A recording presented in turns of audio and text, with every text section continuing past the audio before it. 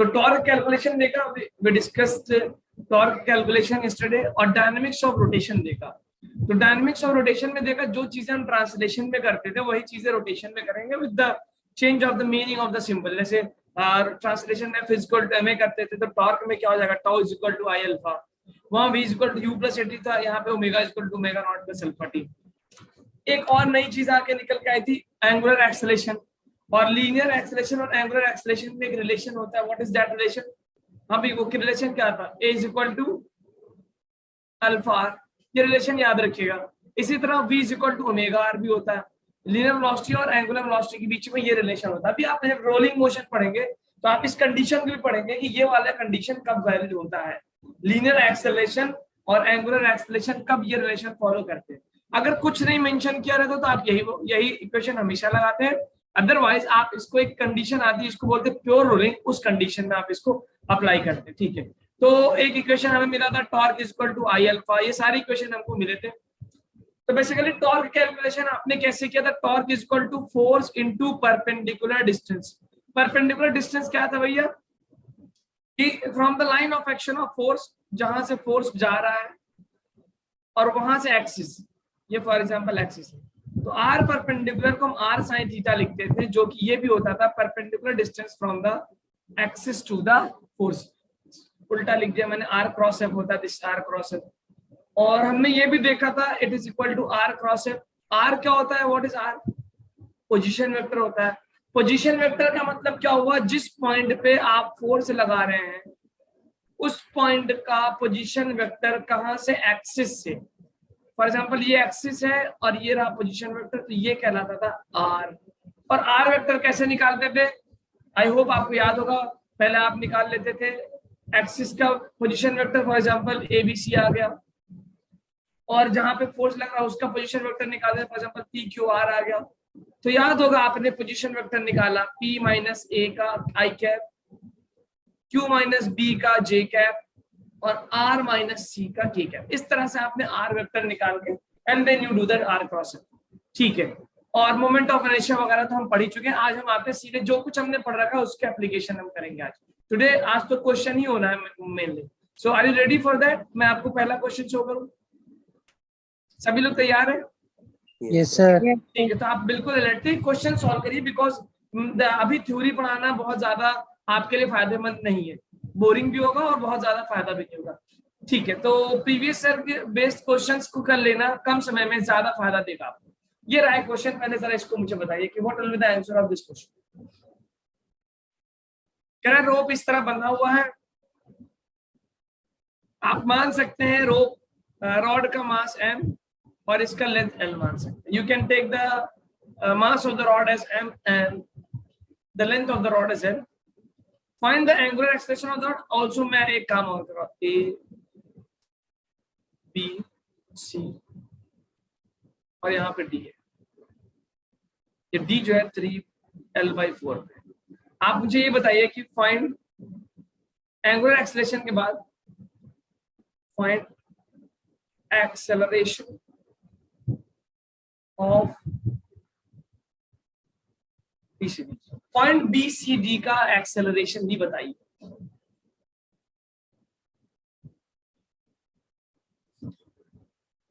रोप को कट करने के बाद, जैसे ही रोप कट करेंगे व्हाट विल हैपन, रस्सी के अंदर क्या होगा, कुछ टेंशन हो रहा होगा। रोप कटने के बाद what will happen with the tension, ये सब कुछ करके देखिए। कल हमने इस तरह का प्रॉब्लम किया था जिसमें एक रॉड था, उसको छोड़ा था, वो गिरने लगा था, रोटेट करने लगा था, टेबल पे रखा था।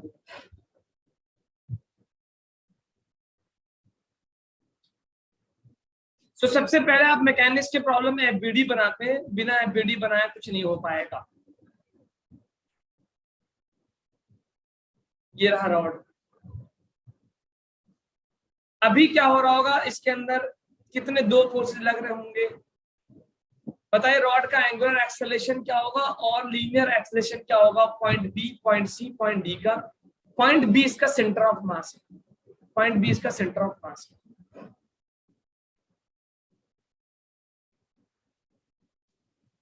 ओके, का दिया आंसर 3g/2। ओके ठीक है, देखते हैं।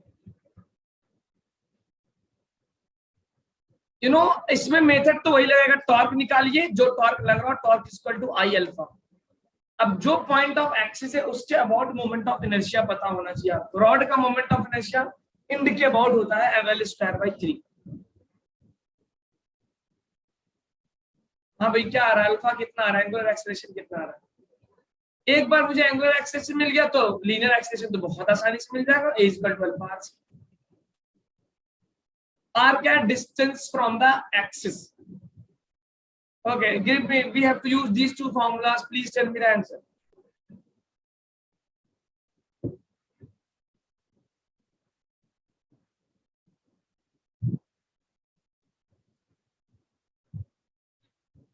क्या आंसर आएगा इसका?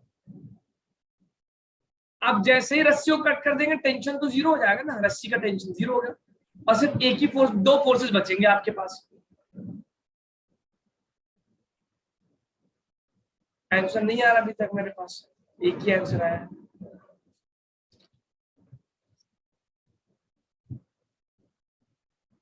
आप बोल के भी बता सकते हैं, इट्स नॉट नेसेसरी कि आप टाइप ही करें। जैसे ही रस्सी को कट करेंगे व्हाट विल हैपन, स्ट्रिंग को टेंशन जीरो हो जाएगा और यहाँ पे लग रहा होगा mg और यहाँ पे एक नॉर्मल रिएक्शन लग रहा होगा r। ये दो चीजें हो रही होंगी और ये एक्सिस है तो ये mg को रोटेट कर रहा होगा क्लॉकवाइज। टॉर्क क्या हो जाएगा, force into perpendicular distance which is equal to L/2। ठीक है, क्या हुआ भाई, एक ही आंसर आया है। तो टॉर्क कितना हो जाएगा इस केस में, how much is the torque acting about the axis, mg into L/2 हो जाएगा क्या, बोलिए mg into L/2। Because reaction का ना इसका टॉर्क तो जीरो होगा बिकॉज जो रिएक्शन है वो तो एक्सिस से ही पास हो रहा है और कोई जो फोर्स एक्सिस को कट कर जाए उसका टॉर्क जीरो हो गया। तो एक ही टॉर्क होगा जो कि वेट की वजह से, और इसको मैं आई अल्फा लिख दूं।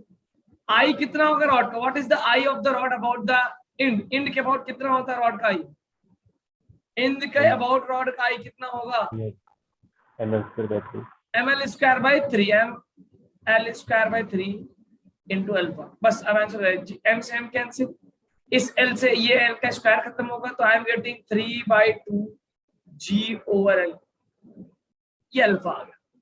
और पूरे रॉड का एंगुलर एक्सेलरेशन तो सेम होगा क्योंकि रॉड एक रिजिड बॉडी है, पूरा का पूरा रॉड एक साथ रोटेट कर रहा है तो हर पॉइंट का जो एंगुलर टर्न होगा वो सेम एंगल टर्न करेगा, तो एंगुलर एक्सेलरेशन क्या हो गया, same. So the answer is 3/2 g/2l, ये आपके पास अल्फा हो गया।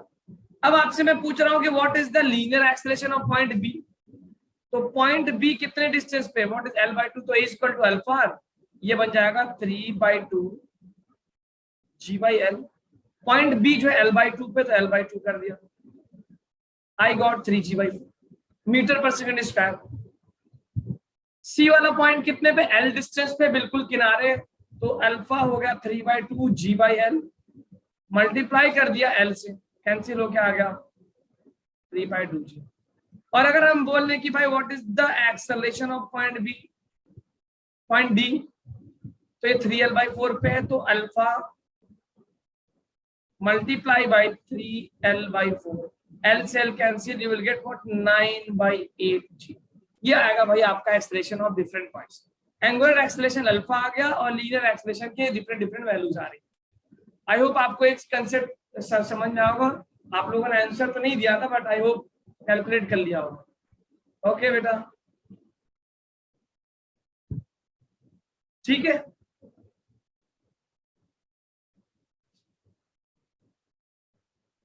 क्या ये क्वेश्चन आपको समझ में आया? यस ठीक है। अच्छा, इसी तरह अगर वो कहीं और से देगा तो टॉर्क निकाल के अल्फा निकाल के you can find the a = alpha. अब देखिए कल की क्लास में मैंने एक ये कंसेप्ट डिस्कस किया था कि फॉर एग्जांपल अगर कोई रिंग है या कोई डिस्क है या कोई भी सिलेंडर है जो रोटेट हो रहा है तो इसमें दो तरह के एक्सेलरेशन हो रहे होंगे। ये जो ब्लॉक है, ये ब्लॉक लीनियर एक्सेलरेट कर रहा है नीचे की तरफ, और ये जो ड्रम है वो, ये चाहे रिंग हो चाहे डिस्क हो चाहे सिलेंडर हो, ये रोटेट कर रहा है तो इसके पास हो गया अल्फा। और यहाँ पे मैं देखूंगा तो ये हो गया रेडियस, और हमारे पास एक रिलेशन था a = अल्फा। अब इस ब्लॉक के ऊपर मैंने F = ma लगाया, net force = mass into acceleration. इस ड्रम पे जो रोटेशन हो रहा है उस पे मैंने टॉर्क = I अल्फा लगाया, टॉर्क की वैल्यू होगी mg इंटू आर, आई की वैल्यू आप निकाल लेंगे, अगर रिंग है तो mr स्क्वायर, डिस्क है तो mr स्क्वायर बाय 2, सिलेंडर है तो mr स्क्वायर, डिपेंड करता है सिचुएशन के ऊपर। इन तीनों रिलेशन को यूज करके आप वैल्यूज कैलकुलेट करेंगे। आई होप आपको ये समझ में आ रहा होगा। लास्ट क्लास का स्लाइड देखिए बहुत ढंग से, इस पे कई सारे क्वेश्चन पूछे गए। ये 3 इक्वेशन आपको मिलेंगे, ठीक है। आई की वैल्यू अलग अलग रखेंगे and you will get that. चले आगे क्या, एक क्वेश्चन करें इस पे ऊपर, जेई मेंस में पूछा गया। क्या ये सारी बातें समझ में आपने नोट कर लिया? ठीक है। देखिए अब आपसे पहले मैं एक बहुत सिंपल प्रॉब्लम ये पूछ रहा हूँ, बहुत ही सिंपल प्रॉब्लम। अब देखिए क्या एक व्हील है, रिम ऑफ, उसका मोमेंट ऑफ इनर्शिया दिया हुआ है, wheel of moment of inertia 0.2 kilogram metre पर second square and radius is 20 centimetre, radius 20 centimetre दे रखा है। The wheel is free to rotate about the axis, initially the wheel is restrained, इसका मतलब u0 है इसका। The string is not pulled with the force of 20 newton, 20 newton के force से rotate किया गया इसको। कह रहा है angular velocity of the wheel after 5 second, 5 second बाद इसका एंगुलर वेलोसिटी ओमेगा कितना होगा? कैलकुलेट करिए। टॉर्क, फोर्स लग रहा है, फोर्स के बाद कुछ टॉर्क लगेगा, टॉर्क लगेगा तो अल्फा होगा, अल्फा होगा तो कुछ रिलेशन होगा। Find the angular velocity of the wheel after 5 second. ये ऐसे घूम रहा है, व्हील का मोमेंट ऑफ इनर्शिया डायरेक्टली दे रखा है। Please tell me what is the angular velocity of the wheel after 5 second.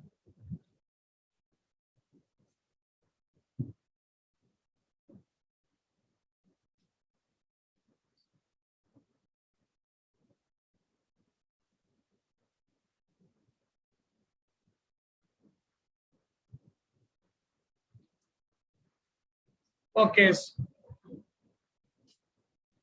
What is the angular velocity of the wheel after 5 seconds?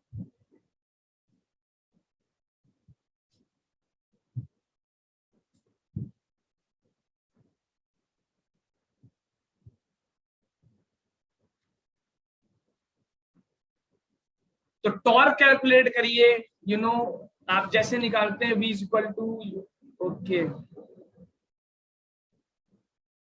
Late me check, अभी check करता हूँ, solve करता हूँ मैं, late me check. अभी आपको अपना answer पता चल जाए करेक्ट है कि नहीं करेक्ट है। इतना लंबा क्वेश्चन नहीं है बेटा, आप लोग का परफॉर्मेंस रोटेशन चैप्टर में थोड़ा सा, मुझे नहीं पता क्या मामला है। ओके 100 100 100 सभी, कई लोगों का 100 आंसर आ रहा है। रोटेट टॉर्क, रोटेट कर टॉर्क आ गया होगा, टॉर्क क्या होगा F into perpendicular distance, radius के बराबर आ गया होगा। फोर्स कितना है 20, रेडियस कितना है 20 सेंटीमीटर, तो मीटर में करेंगे तो 0.2, हमको मिल गया 4 न्यूटन मीटर का टॉर्क लग रहा है। अब ये टॉर्क अल्फा प्रोड्यूस कर रहा होगा तो alpha equal to torque upon I, 4 upon moment of inertia directly दे रखा है 0.2, इसको 0.2 से डिवाइड किया, मुझे मिल गया कितना 0.2 20, अल्फा मिल गया 20 रेडियन पर सेकंड स्क्वायर। इनिशियली रेस्ट पे था तो ओमेगा नॉट हो गया 0, finally omega is equal to omega not plus alpha T, 0 plus 20 into time 100। यार इसमें क्या है, क्वेश्चन में कुछ नहीं था मेरे भाई। 100 रेडियन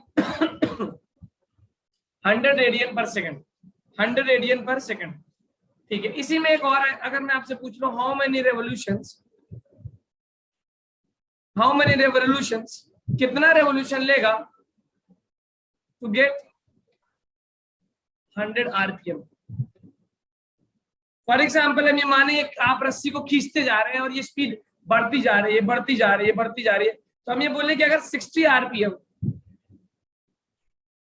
60 आरपीएम अगर आपको अचीव करना है तो कितना रेवोल्यूशन देना पड़ेगा। चलिए आपने देखा था कल जेई मेंस में भी ऐसे प्रॉब्लम पूछे गए कि भाई इतने आरपीएम से इतने आरपीएम पहुंचना है, टॉर्क वगैरह देखे, कितना रेवोल्यूशन करना पड़ेगा इसको 60 आरपीएम में पहुंचने में। How much revolution it will do, revolution कितना करना पड़ेगा इसको 50 आरपीएम तक पहुंचने में, 50 आरपीएम तक पहुंचने में कितना रेवोल्यूशन करना पड़ेगा,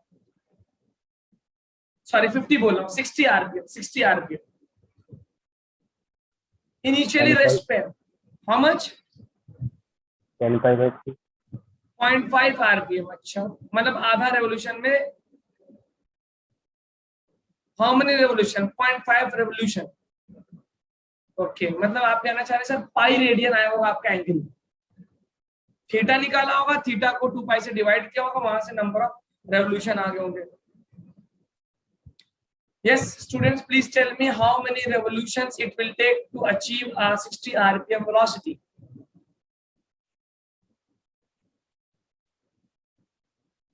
One revolution. Okay, one revolution. Alpha पता चल चुका है मुझे, ओमेगा नॉट पता है 0, आपसे बोला 60 आरपीएम, तो 60 आरपीएम को रेडियन पर सेकंड में कन्वर्ट कर सकते हैं क्या? Your omega final is 60 RPM rotation पर मिनट। इसको मैं लिख सकता हूं 2 पाई n बाई 60 से मल्टीप्लाई करूंगा तो 2 पाई n बाई 60 मुझे मिल गया 2 पाई रेडियन पर सेकंड। 60 आरपीएम का मतलब 2 पाई रेडियन पर सेकंड। अब मुझे इनिशियल वेलोसिटी पता है, फाइनल वेलोसिटी पता है, अल्फा पता है, आप निकाल लीजिए थीटा, एंगल निकाल लीजिए, कितना एंगल कन्वर्ट होगा। Yes tell me how much angle. यार कल ही किया था, रिस्पांस बिल्कुल नहीं आ रहा है, क्या बात है? v square is equal to u square plus 2s लगाएंगे, omega square is equal to omega nought square plus 2 alpha theta. Theta कितना आ रहा है? ओमेगा स्क्वायर आ गया, 2 पाई का square 4 pi square, omega naught initially 0, alpha की वैल्यू है 20, alpha की वैल्यू है 20 और थीटा। तो थीटा रेवोल्यूशन निकालने के लिए 2 पाई के साथ डिवाइड नहीं कर सकते? हाँ ऑफ कोर्स, आप तो थीटा तो एंगल मिलेगा ना, उस एंगल को आप रेवोल्यूशन में कन्वर्ट करेंगे। तो आपको पता है एक रेवोल्यूशन में 2 पाई रेडियन होता है, तो जितना एंगल टर्न हुआ है वो उस पूरे एंगल को रेवोल्यूशन में कन्वर्ट करने के लिए आपको उसके 360 डिग्री या फिर 2 पाई रेडियन से डिवाइड करना पड़ेगा। So theta will be how much? 4 pi square upon 40। So you are getting how much? Pi square by 10 radian. आपको pi square by 10 radian angle मिल रहा है, तो नंबर ऑफ रेवोल्यूशन कितना हो जाएगा भाई? Number of revolution tell me please, number of revolution क्या होगा? Theta no total angle upon total 2 pi, so pi square upon 10 divided by 2 pi. तो पाई स्क्वायर अपॉन 10 ये कैंसिल हो, तो हमें तो आंसर मिल रहा है पाई अपॉन 20 मिल रहा है यार, पाई अपॉन 20 रेवोल्यूशन मिल रहा है। आपको कैसे आंसर मिल रहा है? मुझे तो पाई अपॉन 20 मिल रहा है। पाई अपॉन 20 मतलब कितने रेवोल्यूशन हो गए? 3.14 को डिवाइड कर दो 20 से, 0.157 आंसर आ रहा। क्या मिस्टेक किया था आप लोगों ने? मुझे समझ में आया, मैं गलत हूँ या आप गलत हो? यार कुछ बोल दो, आज क्लास एकदम सन्नाटे में क्यों चल रही है? कल से कोई नाराजगी हो गई क्या मुझसे? हाँ जी, अचानक से बिहेवियर। क्लास 11 का टॉपिक इसलिए कंफर्टेबल नहीं लग रहा है क्या? अरे बोल दीजिए please, what what what what. जिन लोगों का 0.5, 1 या 2 जो भी रेडियन आ रहा था, क्या गलती कर रहे थे? ये समझ में आया ना? ओमेगा कंफ्यूज हो गया था, पर अब आ गया समझ। ठीक है, आप समझ, ओमेगा अल्फा मिला, ओमेगा मिला, आरपीएम से आपने रेडियन पर सेकंड में कन्वर्ट किया और थीटा मिल गया। अब थीटा को आप नंबर ऑफ रेवोल्यूशन में कन्वर्ट करने के लिए आप डिवाइड कर दे 2 पाई रेडियन से, you will get the answer. इस तरह से आप क्वेश्चन कर सकते हैं। आगे चले भाई। Yes sir. ठीक है, देखिए अब ये क्वेश्चन है बहुत सिंपल, एआईपीएमटी पूछा, लेकिन आपको काम का क्वेश्चन है, आप कर सकते हैं इसको। करिए जरा इस प्रॉब्लम को। सॉलिड सिलेंडर दे रखा है, मास 50 किलोग्राम, रेडियस 0.5 मीटर, रोटेट कर रहा है about the horizontal axis. A massless string is wound around the cylinder with one end attached to it and other hang freely. मतलब कुछ ऐसा हो रहा है, मामला सिलेंडर है और यहां से रस्सी टांग दी गई है। Tension in the string required to produce an angular acceleration of 2 revolution per second square। बहुत ध्यान से यूनिट पे ध्यान दीजिएगा, रेवोल्यूशन पर सेकंड स्क्वायर बेटा, रेडियन पर सेकंड स्क्वायर नहीं है। Be careful in examination. Alpha कह रहा है 2 रेवोल्यूशन पर सेकंड कैसे प्रोड्यूस करेंगे? कितना टेंशन इसमें, कितने फोर्स से खींचूं मैं कि अल्फा इतना दे दे? बहुत आसान प्रॉब्लम है, कैलकुलेट करो, very easy problem.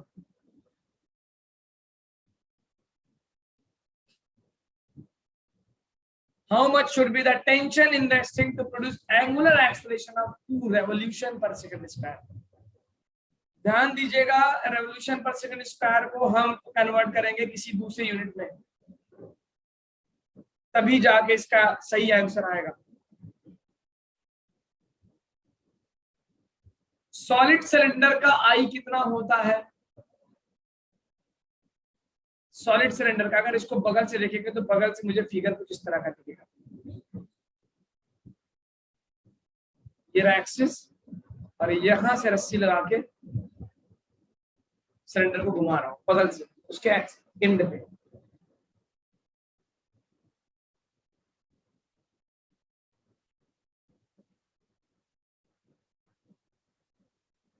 Okay, how much? नहीं मैच हो रहा। टेंशन कितना? कंफर्म करना था सॉलिड सिलेंडर का moment of inertia. Moment of inertia यार याद होना चाहिए, अगर सॉलिड का सिलेंडर का तो बहुत कॉमन है। ml देखिए, ml सॉलिड होगा तो mr²/2 होगा, और हॉलो होगा तो mr² होगा। आप खुद सोच लीजिए ना, हॉलो में मासेस दूर होते हैं तो मोमेंट ऑफ इनर्शिया ज्यादा होगा, सॉलिड में मासेस करीब भी होते हैं तो मोमेंट ऑफ इनर्शिया कम होगा। अब आप कंफ्यूज हो रहे हैं mr² में mr²/2 में, दो ही में कंफ्यूज हो रहे थे ना, तो पहचान लीजिए सॉलिड है तो कम होगा, कम मतलब mr²/2, हॉलो है तो ज्यादा होगा, ज्यादा मतलब mr²। ठीक है, ऐसे याद रख लीजिए। अब जैसे फॉर एग्जांपल आप हॉलो स्फीयर और सॉलिड स्फीयर में कंफ्यूज हो गए कि 2/5 है कि 2/3 है, आप खुद सोच लो यार, सॉलिड है उसका कम होगा, कम मतलब 2/5, हॉलो है हॉलो का ज्यादा होगा, ज्यादा मतलब 2/3। ठीक है, ऐसे समझ लीजिए। अब आप कंफ्यूज हो गए, डिस्क का mr² होता है कि mr²/2, तो पहचान लीजिए, अरे यार रिंग में मासेस दूर होते हैं, मोमेंट ऑफ इनर्शिया ज्यादा होगा, mr² कर दिया। डिस्क में मासेस करीब भी होते हैं एक्सिस के, mr²/2 हो गया। तो यू मस्ट बी गेटिंग, क्या हुआ यार, आंसर अभी तक नहीं आ रहा है। ओके, प्रियांशु का आंसर है, ओनली वन आंसर है वो। तो अल्फा को सबसे पहले आपने कन्वर्ट किया होगा रेडियन पर सेकंड स्क्वायर में। अल्फा कितना है, how much is the alpha? अगर इसको 2 रेवोल्यूशन है, how much will be the radian पर सेकंड स्क्वायर? एक रेवोल्यूशन में कितना रेडियन? 2 पाई। तो 2 रेवोल्यूशन में ये बन जाएगा 4 पाई। अल्फा की वैल्यू होगी basically 4 pi. 4 pi is the answer. अब आपके पास अल्फा मिल गया, torque is equal to I alpha करके आंसर निकालिए, torque is equal to I alpha, खत्म बात। टॉर्क कितना होगा? Tension into radius, force into perpendicular distance. ये आपके पास एक्सिस है और ये फोर्स है, तो टॉर्क मिल गया मुझे टेंशन, रेडियस दे रखा है कितना 0.5 मीटर, आई की वैल्यू हो गई mr²/2, अल्फा का वैल्यू दे रखा है 4 पाई। रखिए सारी वैल्यू और आंसर निकालिए। m की वैल्यू 50, रेडियस की वैल्यू 0.5 का स्क्वायर अपॉन 2 इंटू 4 पाई। बताओ भैया t की वैल्यू कितनी आ रही है? t की वैल्यू कितनी आ रही है? How much is the t? t कितना आ रहा है? काव का 4 ऑप्शन आ रहा है, ठीक है। तो मुझे टेंशन मिल जा रहा है, यहां से एक 0.5 कैंसिल कर दूं, मुझे मिल रहा है 50 इंटू 0.5 मल्टीप्लाई बाई 4 इंटू 3.14, पाई लिख देता हूँ सीधा, पाई के टर्म में आंसर निकालता हूँ, 4 पाई डिवाइडेड बाई 2, तो 2 से 2 कैंसिल हुआ, ये हो गया 5 गुना, तो आई एम गेटिंग 50 पाई टेंशन। 50 पाई मेरा आंसर आ रहा है। 50 पाई का मतलब पाई की वैल्यू हो गई 3.14, 5 से 15 मल्टीप्लाई करेंगे 157 न्यूटन आ जाएगा। So D is the correct option. Moment of inertia tension निकाला, 157 न्यूटन मिलता है, ठीक है। ओके, चलिए आगे देखते हैं। 154 50 पाई आ रहा, पाई की वैल्यू रखेंगे 157 न्यूटन। अच्छा चलिए, अब इस क्वेश्चन के बाद एक और क्वेश्चन करते हैं। अब देखिए, ये आपसे पूछा गया, ये बहुत ही बेहतरीन प्रॉब्लम है, इसको करिए। अब इसके बाद मैं आपको सीधे 2 प्रॉब्लम कराऊंगा जो कि जेई में पूछे गए हैं। क्या फिक्स पुली ऑफ रेडियस दे रखा है, रेडियस दे रखा है 20 सेंटीमीटर में, 0.2 मीटर लिख देता हूं। मोमेंट ऑफ इनर्शिया डायरेक्टली दे रखा है, about an axle has a massless cord है wrapped around its rim. A 2 kilogram mass, इसका मास 2 kilogram mass is attached to the end of the cord. The pulley can rotate about the axis without friction. कोई friction नहीं है भैया। Find the acceleration of the mass. ये block नीचे रहा होगा A से, वही एक्सेलरेशन बताना है आपको।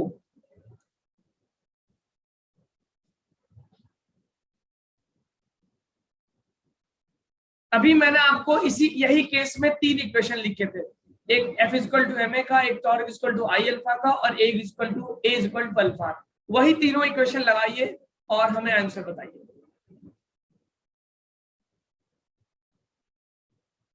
Apply the 3 equations which we discussed yesterday और आप मुझे आंसर बताइए।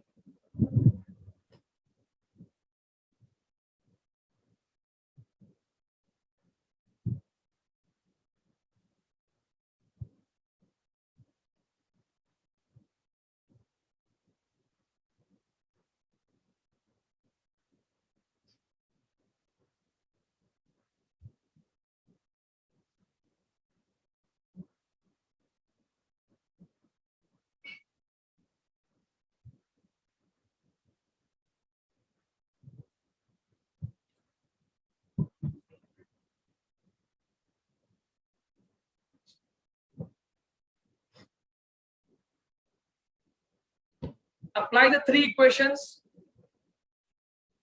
Okay, one student mashallah has given answer. Very good.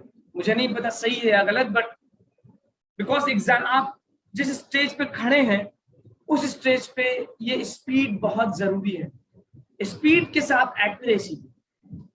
तो एरिया आपने जो आंसर दिया आप उसको चेक कर चुके हैं, श्योर ऑप्शन है, आप अपना सारा कैलकुलेशन चेक कर लें।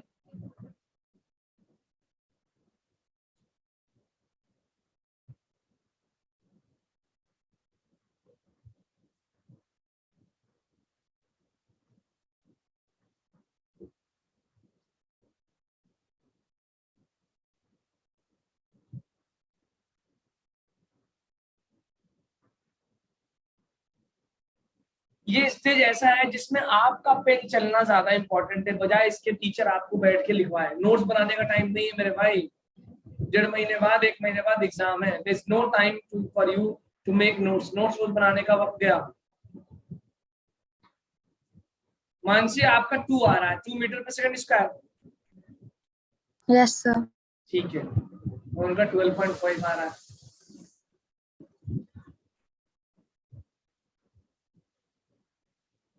तो देखेंगे अगर हम इस ब्लॉक M का एफबीडी बनाए, फ्री बॉडी डायग्राम, तो नीचे mg आया होगा।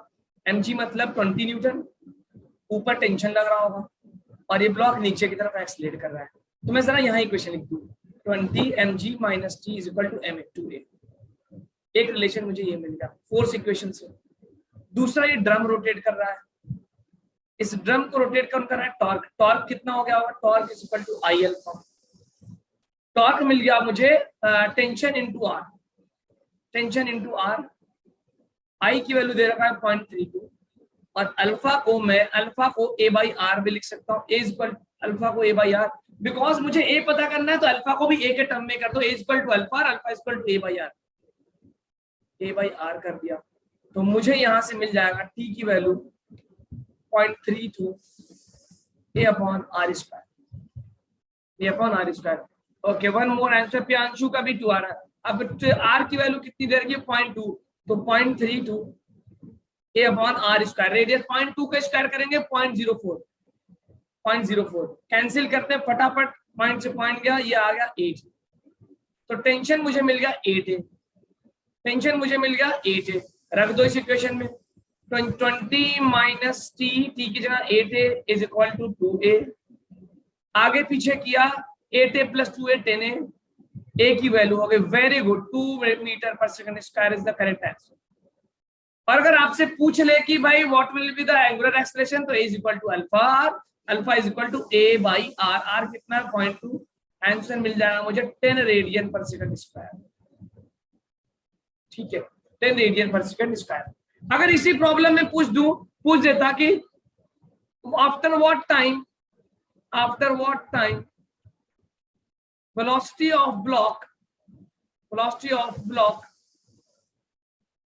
is 2 मीटर पर सेकंड स्क्वायर, कितनी देर बाद ब्लॉक की वेलोसिटी 2 मीटर पर सेकंड स्क्वायर होगी? जल्दी बताइए आंसर। ये क्वेश्चन पूछा है जेईई मेंस में, अभी आपको जो दिखाने जा रहा हूँ नेक्स्ट स्लाइड पे यही क्वेश्चन है, जेईई मेंस का problem. What is the velocity of the block after 2 metre 2 second, अरे सॉरी, कितनी देर बाद उसकी वेलोसिटी 2 मीटर पर सेकंड होगी? सॉरी, यूनिट होगी 2 मीटर पर सेकंड। बोलो ना भाई यार, 1 second. 1 second, v equal to U plus AT लगा दो, v equal to U plus AT, u 0 था, v 2 है, a की वैल्यू तुमने 2 निकाली है, 2 थी, टाइम आ गया 1 सेकंड। ठीक है, अगर आपसे क्वेश्चन पूछे what will the velocity after falling 5 metre, 5 metre गिरने के बाद ब्लॉक की वेलोसिटी कितनी होगी, ये भी क्वेश्चन पूछा है जेईई मेंस में।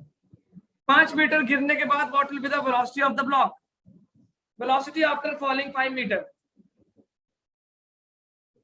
what will be the velocity of the block after falling 5 meter? 5 metre गिरने के बाद क्या 5 metre, what will be the velocity? अब इक्वेशन लगा दो तुम ये वाला, v square is equal to U square plus 2as, u कितना है 0, a कितना निकाला तुमने 2, s कितना है 5, तो 5 4 जा 20, तो अंडर रूट 20 आ रहा है क्या? ठीक है, अंडर रूट 20। अगर पूछ दे कि what is the angular velocity of the drum after falling 5 metre, तो you know v is equal to omega r, तो ओमेगा की वैल्यू हो जाएगी v बाई r, v कितना निकाला तुमने 20 रूट 20, रेडियस दे रखा 0.2, ये आंसर आ जाएगा तुम्हारे पास। ये सारे क्वेश्चन पूछे गए एग्जाम में, ए अल्फा निकालने के बाद जो पूछ रहा है उसको कर दीजिए। चलिए आगे बढ़ता हूं, मैं बहुत टाइम लगा दिया मैंने इस प्रॉब्लम। ठीक है, ये देखो तुम्हारा जेईई मेंस में क्वेश्चन पूछा गया है जो मैं पढ़ा रहा हूं, इसको करो सॉल्व जल्दी से। इसको मैं एनर्जी मेथड से इसके आधे टाइम में कर सकता हूं, लेकिन हम जो है इक्वेशन ऑफ मोशन से करने जा रहे हैं। एनर्जी मेथड से भी कर सकते हैं, हम बताएंगे आपको कैसे एनर्जी मेथड लगाएंगे। जो कंसेप्ट पढ़ा है उसी पे बेस्ड क्वेश्चन पूछा जेईई मेंस में।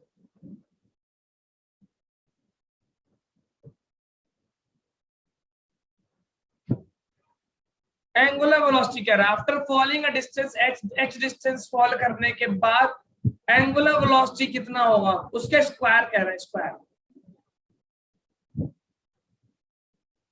ओमेगा स्क्वायर पूछ रहा है।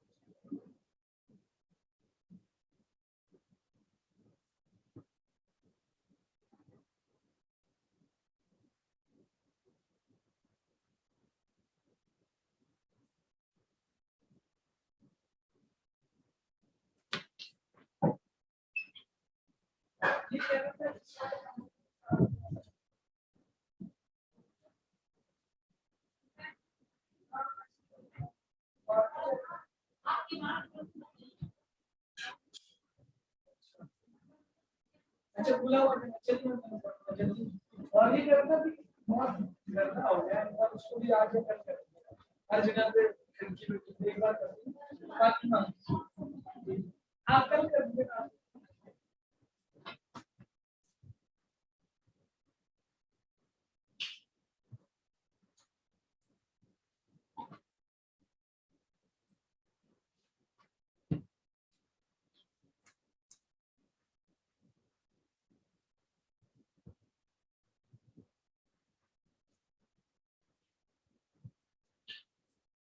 ओके कह रहा है after falling through a distance is the square of the angular velocity, वही डायग्राम बनाई जरा। अब आप इस व्हील को क्या मानेंगे, व्हील को क्या माने, रिंग माने कि डिस्क माने? रिंग भाई व्हील है ना। अब आपको व्हील क्या होता है, व्हील किस तरह होता है, यू नो व्हील देखा है, ये रिम की तरह होता है ना, इसको रिंग मानिएगा। रिंग जब भी क्वेश्चन व्हील बोल दे तो रिंग मानिएगा, व्हील को रिंग माना जाता है क्योंकि व्हील के बीच में खोखला होता है, वो स्पोक्स होते हैं जिसको आप इग्नोर कर सकते हैं। Okay you treat wheel as a ring, ring की तरह मानेंगे बिकॉज बीच के मासेस को आप इग्नोर कर सकते हैं। Okay one answer I am getting, बहुत आसान है बेटा, बहुत आसान है, अल्फा और ए निकालना है, बाकी उसके बाद सारा प्रॉब्लम सॉल्व हो जाएगा।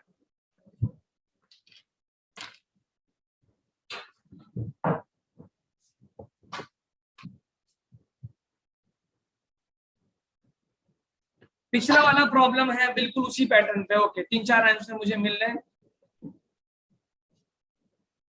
ठीक है। देखिए तो मैं जरा इसको दिखाता हूं, कुछ ऐसे ही होगा। mg यहाँ ब्लॉक का मास है, इसमें आ गया टेंशन और ये घूम रहा है, तो पहला इक्वेशन लगाता हूं मैं जरा, force equation mg minus T is equal to ma और दूसरा equation torque is equal to I alpha, तो T into R is equal to I alpha, और अल्फा को मैं लिख सकता हूँ, अल्फा को लिख सकता हूँ, और एम की जगह मैं क्या लिख दूं, एम आर स्क्वायर, और अल्फा की जगह में लिख दिया ए बाई आर। ठीक है, सही है क्या, एम आई राइट? तो मुझे मिल गया टी की वैल्यू कितनी मिल गई, how much T you are getting, M R square upon R square into A, R square cancel, I am getting, अच्छा सॉरी उसका मोमेंट ऑफ इनर्शिया आई दिया हुआ ना, तो आप आई के टर्म में आंसर निकालेंगे, सॉरी आई के टर्म में निकाले, because we have to find the value, नहीं रखती, आई के टर्म में ही निकालना है। तो टॉर्क की वैल्यू हो गई tension into R is equal to I alpha, alpha की जगह मैं लिख दूं ए बाई आर, तो टेंशन की वैल्यू मुझे मिल गई I A upon R square, इस टेंशन को जरा यहाँ पे रख दूं, तो मुझे मिल गया M G minus I A upon R square plus M A, M को ए को एक तरफ ले जाता हूँ जरा, मुझे मिल जाएगा M G is equal to M A plus I A upon R square, तो I got M G is equal to A common ले लिया M plus I by R square, ये आंसर आ गया मेरे पास। तो एक्सेलरेशन मुझे मिल गया, एक जनरल फॉर्मूला आ गया मेरे पास, what I got the acceleration, acceleration मुझे मिल गया M G upon M plus I upon R square. अब मैं ऐसा कर सकता हूं कि I got this formula M upon, ठीक है, ये आ गया मेरे पास, आर स्क्वायर कॉमन ले ले, अब ए आ गया, तो मुझे क्या बोला, आफ्टर फॉलिंग थोड़ा distance H the square of the angular velocity, तो पहले आप लीनियर वेलोसिटी निकाल लीजिए, वी स्क्वायर निकाल लीजिए, वी को ओमेगा से कर देंगे, तो ए मिल गया मुझे, तो my V square will be equal to V square is equal to U square plus 2a H, U 0 है, ए कितना है मेरे पास M G upon M plus I upon R square into H, ये आ गया वी स्क्वायर। तो मैं काम करता हूँ वी स्क्वायर को ये ऊपर ले जाता हूँ कैल्शियम लेके, 2mgh, नीचे एल्शियम ले लो अगर, तो ये बच जाएगा एम आर स्क्वायर प्लस आई, और नीचे आ गया आर स्क्वायर, तो ये आर स्क्वायर ऊपर चला गया, 2mgh R square upon I plus M R square, ये आ गया मेरे पास I plus M R square, this is my V square. अब आपसे square of the linear velocity नहीं पूछा है, square of the angular velocity, you know V square, V is equal to omega R, तो V square is equal to omega square R square, omega square मिल जाएगा मुझे V square by R square, तो omega square निकालने के लिए we square को divide कर दो आर स्क्वायर से, तो मुझे मिल गया 2mgh R square upon I plus M R square divide कर दो 1 बाई आर स्क्वायर से, आर स्क्वायर कैंसिल, तो मुझे मिल गया, इसको मैं एनर्जी मेथड से कर सकता था, इसके आधे समय में, तो 2mgh upon I plus M R square, fourth option आ गया, फोर्थ ऑप्शन, कितने लोगों का 4 आया भाई, ओके, सी ऑप्शन, ये सी ऑप्शन कैसे आ रहा है कश्यप, सी नहीं 4, वेरी गुड, ज्यादातर लोगों का आंसर 4 है। तो आई होप आपको ये क्वेश्चन समझ में आया होगा कैसे किया आपने, ए निकाला, अल्फा निकाला, वी निकाला, उसके बाद बी स्क्वायर ओमेगा आर करके हमने आंसर निकाल दिया। ठीक है, आगे बढ़े क्या दूसरे क्वेश्चन की तरफ, मैं मूव ऑन, किसी को कोई डाउट? ठीक है, चलिए, बहुत ज्यादा हमें, अब देखिए, अब ये क्वेश्चन आपके पास है, अब ये अलग तरह का प्रॉब्लम आ रहा है। देखिए, अगर हम बोले इक्विलिब्रियम, देखिए अगर मैं जैसे ही बोलूं इक्विलिब्रियम, तो आप समझते हैं इक्विलिब्रियम का मतलब कि वेलोसिटी चेंज नहीं होना चाहिए, इट मींस वेलोसिटी क्या हो, कांस्टेंट, वेलोसिटी इज कांस्टेंट। अब कौन, जब आपका ट्रांसलेशन हो रहा था तो आपने लीनियर वेलोसिटी को कांस्टेंट रखा था, तो लीनियर वेलोसिटी कांस्टेंट है, तो लीनियर एक्सेलरेशन क्या होता था, 0, और लीनियर एक्सेलरेशन 0 हो गया तो F इक्वल टू ma से फोर्स क्या हो गया, 0। और जब अब मैंने टोटल इक्विलिब्रियम की बात करी, तो एंगुलर वेलोसिटी भी क्या होना चाहिए, कांस्टेंट। जब एंगुलर वेलोसिटी कांस्टेंट होगा तो अल्फा क्या होगा, 0, अल्फा 0 होगा तो torque equal to I alpha से भी टॉर्क क्या होगा, 0। इट मींस किसी भी क्वेश्चन में अगर इक्विलिब्रियम की बात होगी तो उसमें नेट फोर्स 0 करना होगा और नेट टॉर्क भी क्या करना होगा, 0। ये मतलब है इक्विलिब्रियम का, किसी भी पॉइंट के अबाउट नेट फोर्स 0 और नेट टॉर्क 0 करना होगा। ओके, ठीक है भाई, इक्विलिब्रियम का मतलब नेट फोर्स 0, नेट टॉर्क 0। अब इस कंसेप्ट पे बेस्ड आपके स्क्रीन पे ये प्रॉब्लम में देखते जरा, एक प्रॉब्लम मैं करवाता हूं, बाकी आप करेंगे। कह रहा है uniform rod of mass 20 kilogram is hanging in a horizontal position with the help of two threads. It also support a mass of 40 kilogram as shown in the figure. Find the tension is in each rods. चलिए मैं आपको एक question करके दिखाता हूँ, tension बताना है। तो सबसे पहले तो इसकी एफबीडी बनाए, कहाँ कितने फोर्सेस है, एक देखिए, इसको मान लेता हूँ टीए, इसको मान लू टीबी, इसके सेंटर पे क्योंकि यूनिफॉर्म बॉडी है तो यहाँ पे ऐड कर दिया एमजी। एमजी मतलब है कितना, 20 है, 20 तो 200 हो गया ये, और ये कितना हो गया 40, 400 न्यूटन। इट मींस इस रॉड की अगर मैं एफबीडी देखूं, इस रॉड के एफबीडी देखूं तो 3 ये फोर्स हो गया टीए, एक फोर्स यहाँ हो गया टीबी, यहाँ पे L/4 पे एक 400 का फोर्स और L/2 पे सेंटर पे 200 का फोर्स। अब ये आपको पता है ये सिस्टम इक्विलिब्रियम में हॉरिजॉन्टली रुका हुआ है, वेलोसिटी वगैरह सब कुछ क्या है 0, तो मैं लगा सकता हूँ नेट फोर्स क्या होगा 0 और नेट टॉर्क भी क्या होना चाहिए 0। नेट फोर्स 0 होने का मतलब जितना फोर्स ऊपर उतना ही फोर्स नीचे, तो पहला कंडीशन में लिख दूं TA + TB = 600, ऊपर वाला फोर्स नीचे वाले फोर्स के बराबर। अब ये कह रहा है क्योंकि रेस्ट पे है, इक्विलिब्रियम में है, रोटेट वगैरह नहीं कर रहा है, तो नेट टॉर्क भी क्या होना चाहिए 0।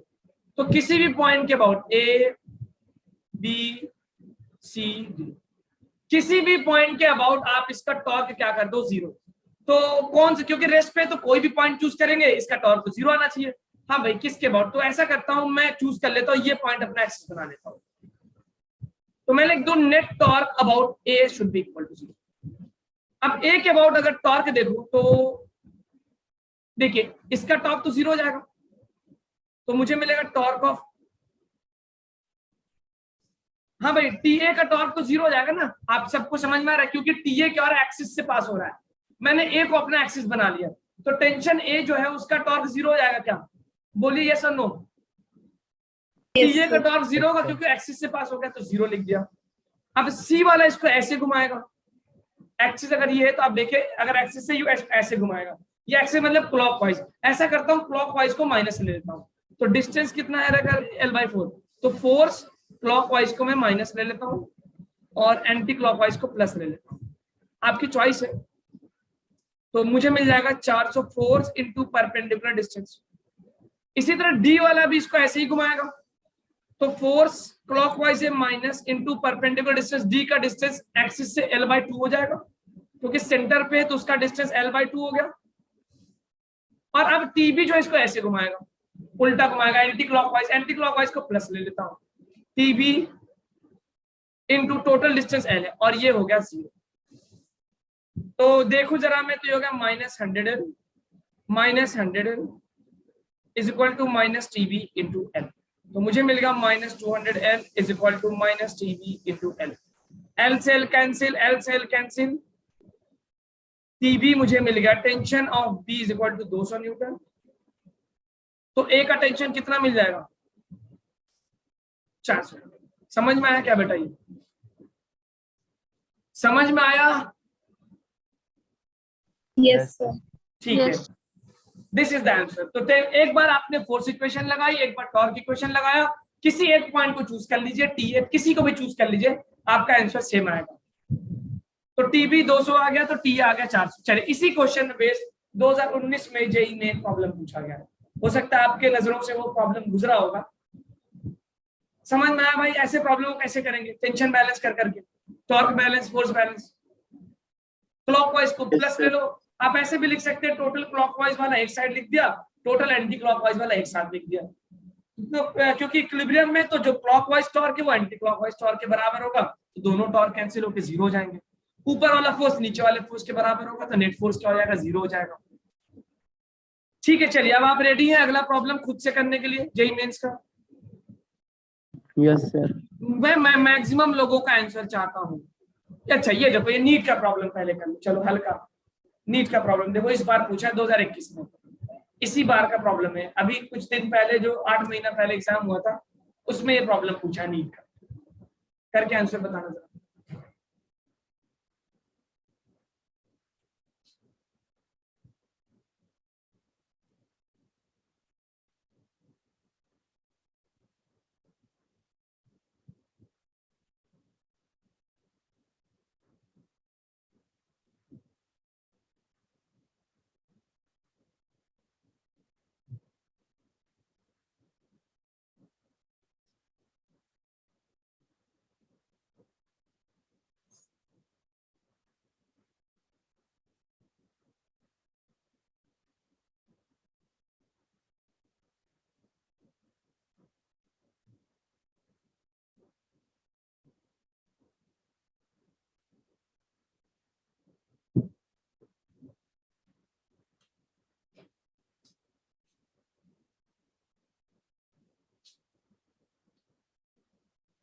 रॉड का लेंथ 200 सेंटीमीटर दे रखा है और रॉड का मास, यूनिफॉर्म रॉड है तो उसका मास उसके सेंटर पे रहेगा, नॉन यूनिफॉर्म होगा तो कुछ और होगा।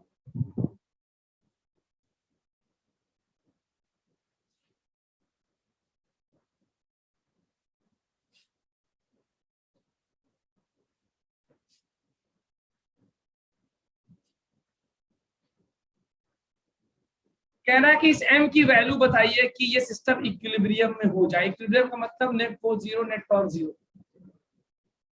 जैसे मैंने पिछले स्लाइड पे किया वैसे ही सॉल्व करके मुझे आंसर बताइए। Okay, one option. काव्या फिर से चेक करो, गलत आ रहा है आंसर। यार जल्दबाजी में गलत नहीं होना चाहिए। ओके, वेरी गुड कौशिक, सही आंसर है।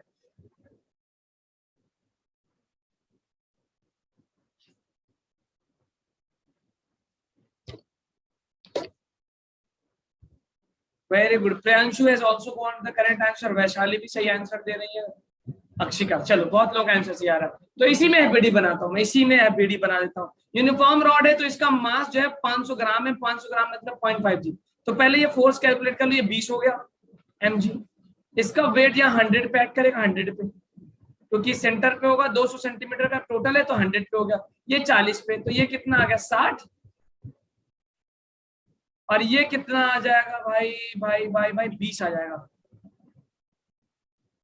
और ये कितना आ जाएगा,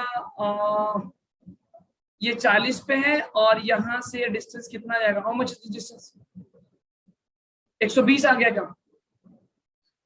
तो मुझे पहले सारे फोर्सेस का डिस्टेंस निकालना होगा एक्सिस से। ये पॉइंट फलक्रम, फलक्रम का मतलब होता है जहां पे रोटेशन बैलेंस होगा, इसी के अबाउट बैलेंस करना है मुझे, जहां पे नाई पेज पे बैलेंस हो रहा है। तो नेट फोर्स जीरो, नीचे की तरफ कितने फोर्सेस हैं भाई, ऐसा करता हूँ मैं, डायरेक्ट लगा देता हूँ टॉर्क, सिर्फ टॉर्क निकालो आंसर आ जाएगा टॉर्क। तो मुझे वेट कितना, 0.5 ग्राम, 0.5, क्योंकि मास 500 ग्राम है, जी से मल्टीप्लाई कर दो 10, 5 न्यूटन का ग्राम आ गया। अब देखो मैं देखूं तो यहाँ पे ये वाला तो इसको एंटी क्लॉकवाइज घुमा रहा है, ये वाला इसको क्लॉकवाइज घुमा रहा है, और ये वाला भी क्या कर रहा है, क्लॉकवाइज घुमा रहा है। तो एंटी क्लॉक को क्लॉक के बराबर कर देता हूँ। तो ये डिस्टेंस है 20 सेंटीमीटर यानी 0.2। तो मुझे मिल गया पहला टॉर्क 20 इंटू 0.2, ये हो गया एंटी क्लॉकवाइज, इसको बराबर कर दो क्लॉकवाइज। तो 5 इंटू ये डिस्टेंस है 0.6 प्लस इसका नीचे वेट हो गया mg।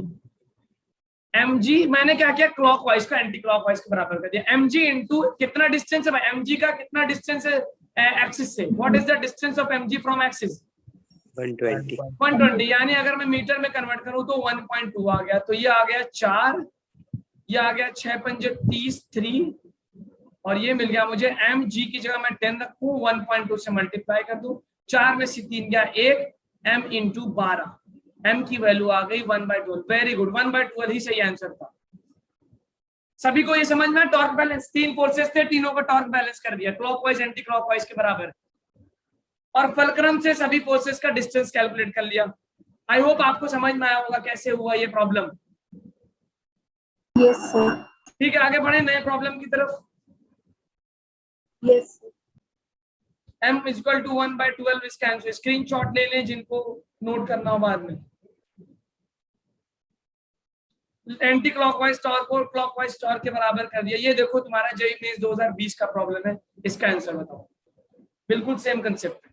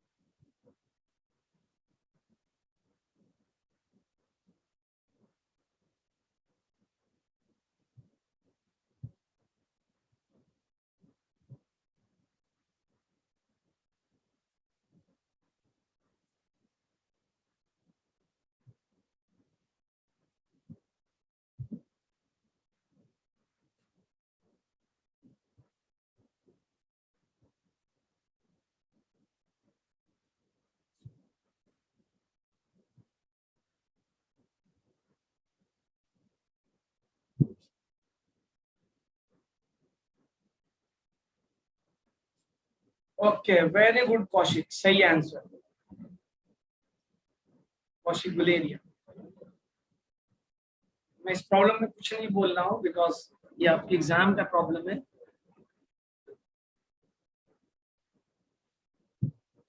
बिल्कुल देखिए, नीट 2021 का, very good Kavya Vaishali, correct option, correct option.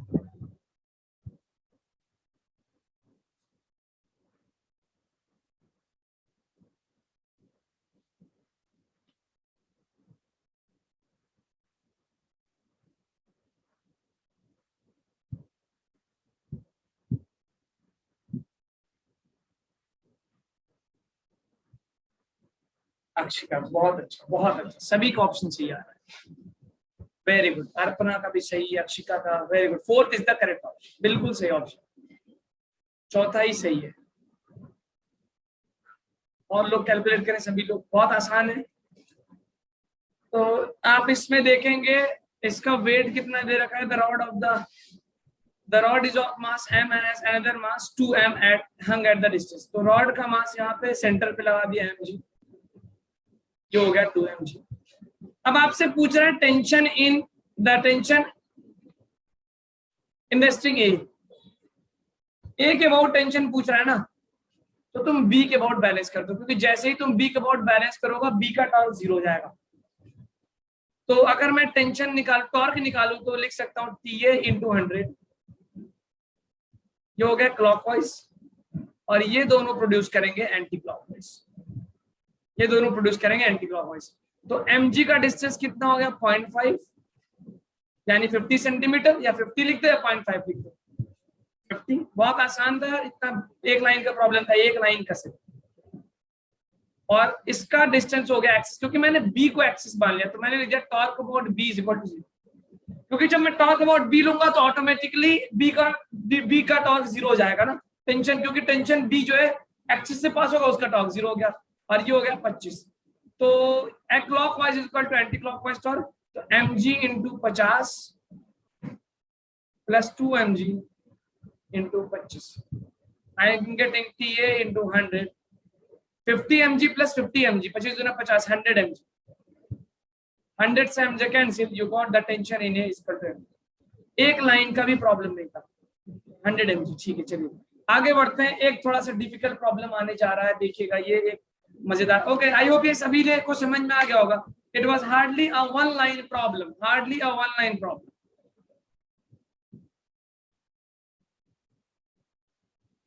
ठीक है, mg आ गया, बहुत से लोगों का सही ऑप्शन आया था, वेरी गुड।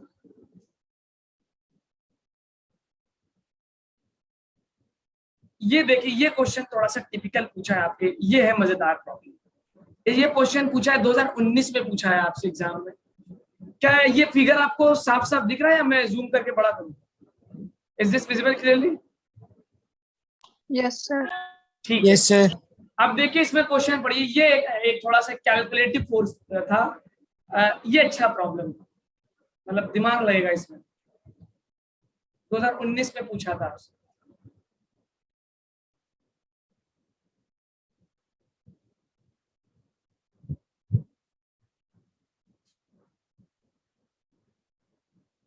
कह रहा है minimum value of F required, आप इसको फोर्स लगा के उठाना चाह रहे हो। देखिए, फोर्स मिनिमम होने का मतलब जो है थीटा 90 डिग्री होना चाहिए, क्योंकि you know torque is equal to R F sine theta. तो अगर आप थीटा को 90 डिग्री रख देंगे, मैं आपको एक हिट दे रहा हूं, तो फोर्स क्या हो जाएगा, मिनिमम फोर्स हो जाएगा, क्योंकि टॉर्क ज्यादा मिलने लगेगा। तो फोर्स की अगर बोले आपसे फोर्स मिनिमम, इसका मतलब आर की वैल्यू मैक्सिमम कर दिए, थीटा की वैल्यू 90 डिग्री कर दीजिए। कोशिश करिए जरा।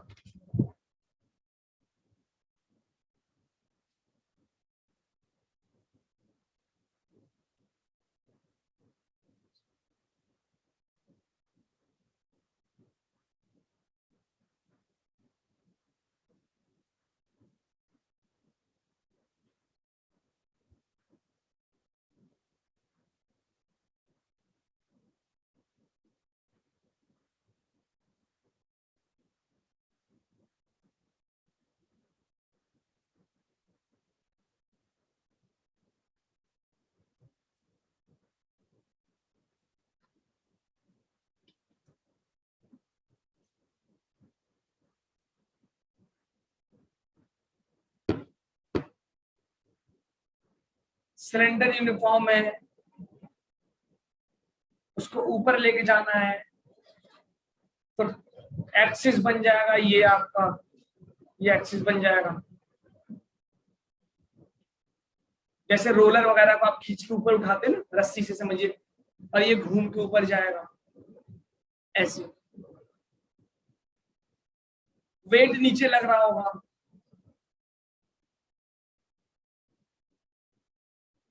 यहां से एक नॉर्मल लग रहा होगा। जब उठ जाएगा तो ग्राउंड से आप देखिए कौन सा टॉर्क जीरो है, कौन सा नॉन जीरो है। Okay, JEE means ultimate goal is given the answer.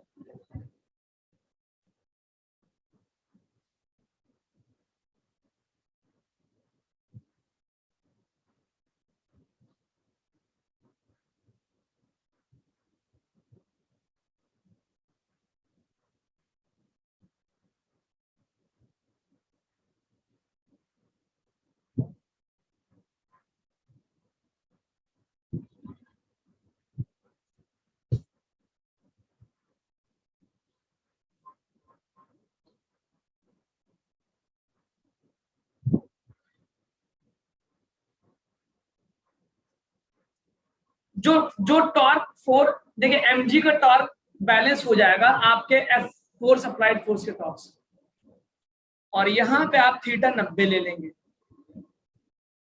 क्योंकि मिनिमम फोर्स बोला है। So the force applied should be perpendicular to the position vector.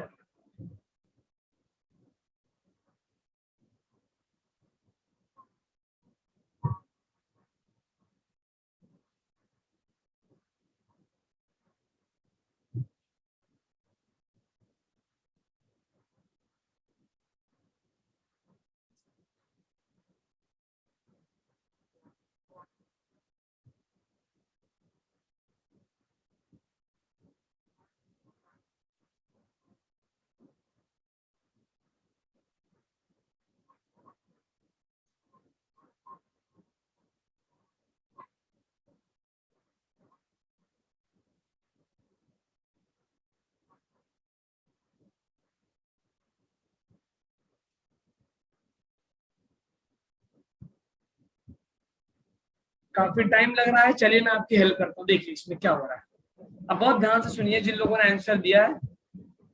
अभी आप ट्राई कर रहे हैं, मैं थोड़ा और टाइम दूं या एक्सप्लेन करूं? सर ट्राई कर रहे हैं। ठीक है, करिए। एक बड़ा प्रॉब्लम है तो मैं टाइम दे रहा हूँ आपको, कोशिश करिए सर। मैं 1-1.5 मिनट और दे रहा हूँ।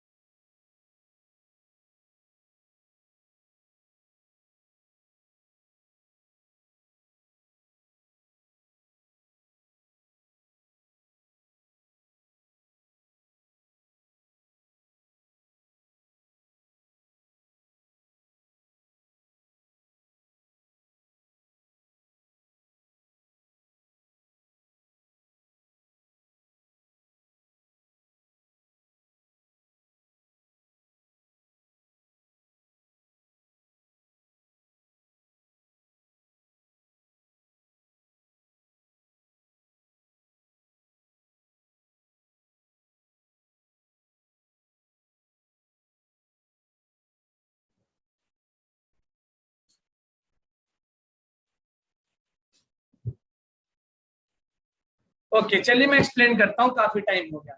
अब देखिए इसको अगर मैं विजुलाइज करूं तो इस स्फीयर को अभी इसके ऊपर कितने फोर्स लग रहे हैं? 3। यहां से फोर्स लग रहा है, नीचे से mg लग रहा है, और यहां से एक नॉर्मल लग रहा होगा।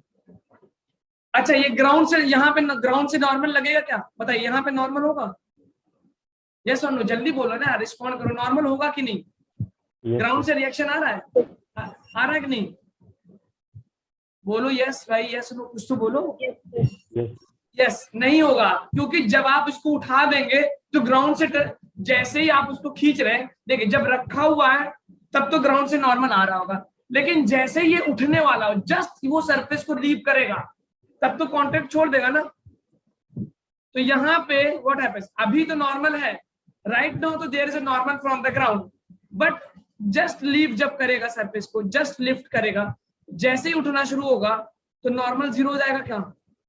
बोलो भाई, जैसे ही उठना शुरू होगा नॉर्मल जीरो हो जाएगा। यस ठीक है, इसका मतलब हम तीन ही फोर्स बनाएंगे। अच्छा, तो अगर मैं इसको एक्सिस मान रहा हूं तो इस वाले नॉर्मल को तो टॉर्क जीरो हो जाएगा, इसका टॉर्क तो जीरो हो गया क्योंकि एक्सिस से पास हो गया। अब आपके पास है दो टॉर्क, एक एफ का टॉर्क, एक एमजी का टॉर्क। एफ का टॉर्क क्या होगा, अगर मैं पूछूं कि इसका टॉर्क क्या होगा, टॉर्क इसका क्या होगा, इसका हो गया torque force into radius, simple, force into radius. ठीक है, सही है, क्योंकि थीटा 90 डिग्री है, into sine 90। Torque F R हो गया मेरे पास force of torque, torque of force. अब मुझे एमजी का टॉर्क निकाला, यानी एफ, जो एफ वाला फोर्स है उसका टॉर्क एमजी के टॉर्क को बैलेंस कर रहा है। अब टॉर्क क्या होता है, force into perpendicular distance. MG का टॉर्क निकालना है मुझे, अगले स्लाइड पे करता हूँ। एमजी का टॉर्क निकालना है मुझे, ये रहा एक्सिस, ये रहा मेरे पास एमजी, ये रहा एक्सिस, और ये रहा मुझे दे रखा है क्वेश्चन में थीटा दे रखा है, what ever it is given, कुछ नहीं दे रखा है, ठीक है। ये रहा मेरे पास, दिस इज माई एमजी। अब यहां से मुझे यही तो परपेंडिकुलर डिस्टेंस होगा, ये रहा एमजी। क्या ये मेरा आर परपेंडिकुलर है, बोलिए, क्या ये मेरा आर परपेंडिकुलर है? Yes is this my R perpendicular? Yes और नो बोलो ना भाई। यस सर यस अब मुझे निकालना है, अगर मैं नाम कर दूं तो इसको ओ ए बी, तो मुझे जो टॉर्क मिल रहा है mg का, torque of mg is equal to force into R perpendicular, और आर परपेंडिकुलर जो है वो ab के बराबर है, ab के बराबर है। अब इस ट्रायंगल में मैं ये देखूं, ये टोटल डिस्टेंस कितना था भाई, ये टोटल r है, तो ये कितना बन जाएगा, r माइनस ए बन जाएगा, r माइनस। अब मैं ये बड़ा वाला ट्रायंगल अगर देखूं, ये बड़ा वाला, ये r माइनस है और ये हो गया r, तो क्या आप ये परपेंडिकुलर निकाल सकते हैं पाइथागोरस थ्योरम लगा के? क्या आप इस परपेंडिकुलर को निकाल सकते हैं पाइथागोरस थ्योरम लगा के? बोलो भाई यस और नो, निकालो जरा। क्या इसकी value under root R square minus R minus A का होल स्क्वायर होगा, आर माइनस ए का होल स्क्वायर होगा, ठीक है। अब आपको अब आंसर मैच करिए, तो मुझे मिल गया आर माइनस ए का स्क्वायर। अब एक फोर्स एफ था, तो ये mg का टॉर्क जो है वो बैलेंस हो जाएगा टॉर्क ऑफ एफ। एफ का टॉर्क कितना है, एफ इंटू आर। तो जस्ट उठाने के लिए, जस्ट अभी क्या होना चाहिए, जस्ट लिफ्टिंग के लिए क्या torque of force should be equal to torque of mg। समझ में आ रही बात की नहीं, बोलो भाई। मैंने टॉर्क एफ का निकाला, थीटा 90 डिग्री रखा, क्यों, क्योंकि फोर्स मिनिमम करना था। mg क्या होता है, torque force into perpendicular distance from the axis. तो mg से मैंने निकाला एक्सिस का परपेंडिकुलर डिस्टेंस, ये आ गया मेरे पास, ये वाला डिस्टेंस आर परपेंडिकुलर चाहिए था, तो ये हो गया mg इंटू ए बी की वैल्यू ये आ रही है under root R square minus R minus A का होल स्क्वायर। ओके, एक आंसर तो आया ऑप्शन ए, वेरी गुड, शायद ऑप्शन ए। और mg का टॉर्क हो गया, उल्टा लिख दिया मैंने, उल्टा लिख दिया, ठीक है कोई बात नहीं, मैं इसको mg लिख देता हूँ। mg का टॉर्क जो प्रोड्यूस हो रहा है, mg का टॉर्क वो बराबर है फोर्स के टॉर्क के, एफ आर। अब देखो r को, क्वेश्चन में r को कैंसिल करने की बात हो रही है, तो मैं यहां से r को बाहर निकाल लेता हूं, कॉमन ले लो। अगर r, मैं यहाँ पे r को कॉमन ले लो तो R square 1 minus R minus A by R का होल स्क्वायर, ऐसे लिख सकता हूँ क्या इसको? बोलिए, कितने लोग मेरे इस राइटिंग से सहमत हैं? कितने लोग इससे सहमत एग्री कर रहे हैं कि नहीं सर सही लिखा आपने? आर को कॉमन लेंगे तो ये बन जाएगा, हाँ भाई बोलिए, आर को कॉमन लेंगे ये बन जाएगा, ठीक है। अब ये आर स्क्वायर बाहर आएगा तो आर बन जाएगा, mg आर ब्रैकेट में आ गया 1 minus R minus A by R का whole square equal to F R, और ये आर से आर कैंसिल, तो फोर्स की जो मिनिमम वैल्यू होगी mg ब्रैकेट में under root 1 minus r minus A upon R का होल स्क्वायर। मैच करिए कौन सा ऑप्शन। ठीक है, एक नॉर्मल जो पास हो रहा है एक्सिस से ऐसे टेढ़े पे, उसका टॉर्क तो 0 हो जाएगा क्योंकि वो एक्सिस से पास हो गया। तो एक फोर्स का टॉर्क, एक mg का टॉर्क, दोनों को मैंने बैलेंस कर दिया, that will give me the answer. और थोड़ी सी मैथमेटिक्स लगानी थी। तो ऑप्शन जो मुझे मिल रहा है according the question is first one is the correct option, mg 1 minus r upon whole square. आया बात समझ में भाई? किसी ने कोई इसके करीब पहुंच पाया था? अप्रोच समझ में आ गया? Yes sir. प्रैक्टिस करिएगा इस प्रॉब्लम को, स्क्रीनशॉट ले लीजिएगा, आप खुद से एक बार करके देखिएगा। ठीक है, चलिए। अब ये यार टाइम नहीं है मेरे पास, लेकिन जेईई एडवांस 2014 का एक प्रॉब्लम है, दिखने में तो एडवांस का प्रॉब्लम है, लेकिन करते हैं इसको, मजा आएगा। ठीक है, जरा क्वेश्चन पढ़िए और हम ये प्रॉब्लम सॉल्व करेंगे। जेईई एडवांस बहुत बड़ा प्रॉब्लम नहीं है, एफबीडी वगैरह बनाइए, देखेंगे। 2 लाइन का प्रॉब्लम है, 2 लाइन तो मैं खैर ज्यादा बोल रहा हूँ, आसान प्रॉब्लम है, हो जाएगा। आप सारे फोर्सेस की एफबीडी बनाएंगे।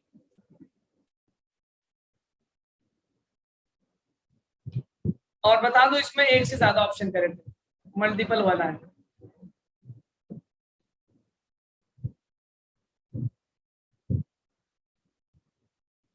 जे एडवांस में पूछा गया 2014।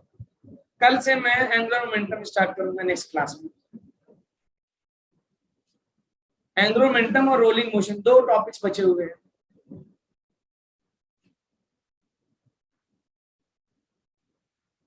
चलिए, टाइम ओवर हो रहा है इसलिए मैं सीधा इस क्वेश्चन को सॉल्व करवाता हूं, आपको टाइम देखते हैं। तो कह रहा है लैडर है, क्वेश्चन सब कुछ दे रखा है, कोएफिशिएंट ऑफ फ्रिक्शन दे रखा है μ1 μ2, आपने आई होप क्वेश्चन पढ़ लिया होगा। और कह रहा है normal reaction on the wall पे नॉर्मल रिएक्शन कह रहा है n1 है यहाँ पे, और फ्लोर पे नॉर्मल रिएक्शन n2 है। इस रॉड का वेट नीचे सेंटर पे ऐड कर रहा होगा mg।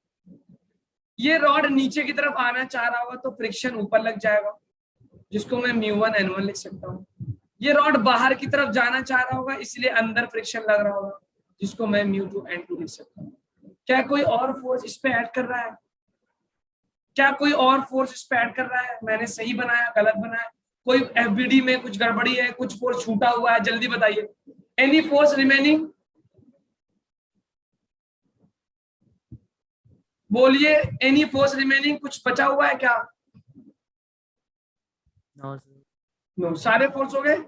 फ्रिक्शन हो गया, mg हो गया, नॉर्मल हो गया।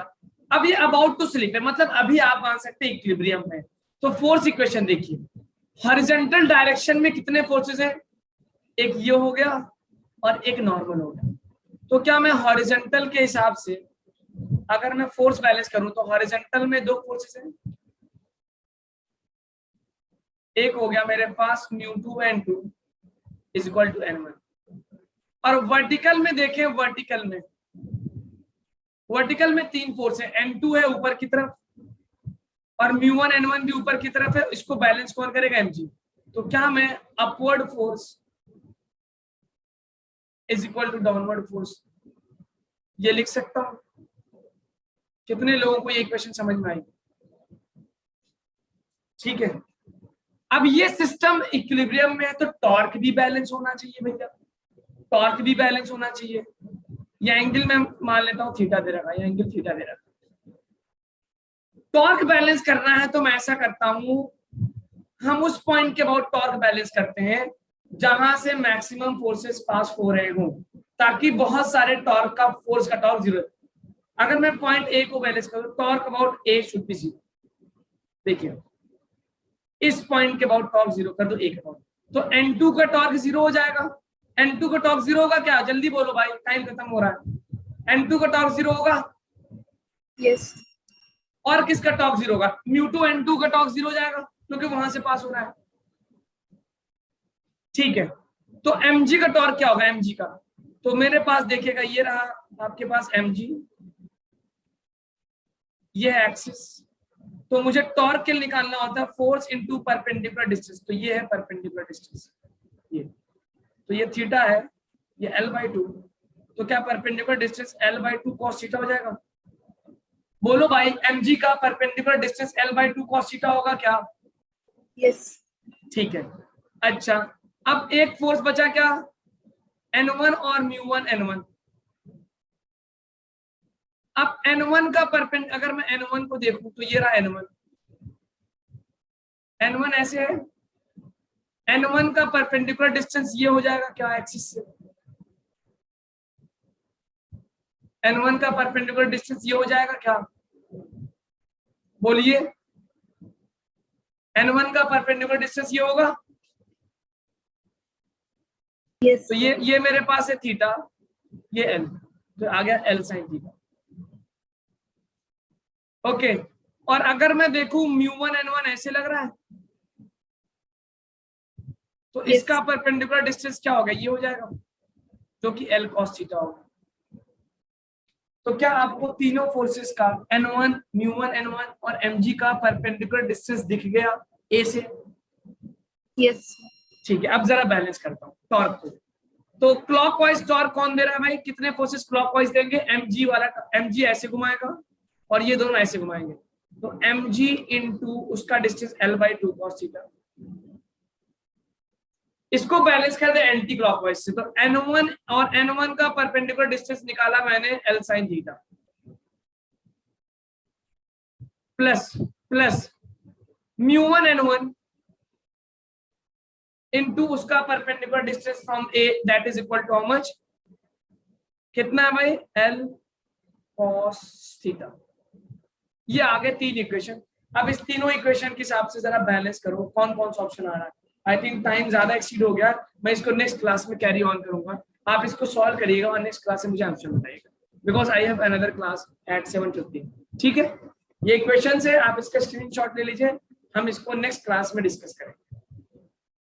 ठीक है, यस ठीक है, अब मुझे ऑप्शन बताइएगा कि कौन सा ऑप्शन सही है। तो चलिए मिलते हैं अगली क्लास में। Okay, good evening, bye. Good evening. Thank you so much.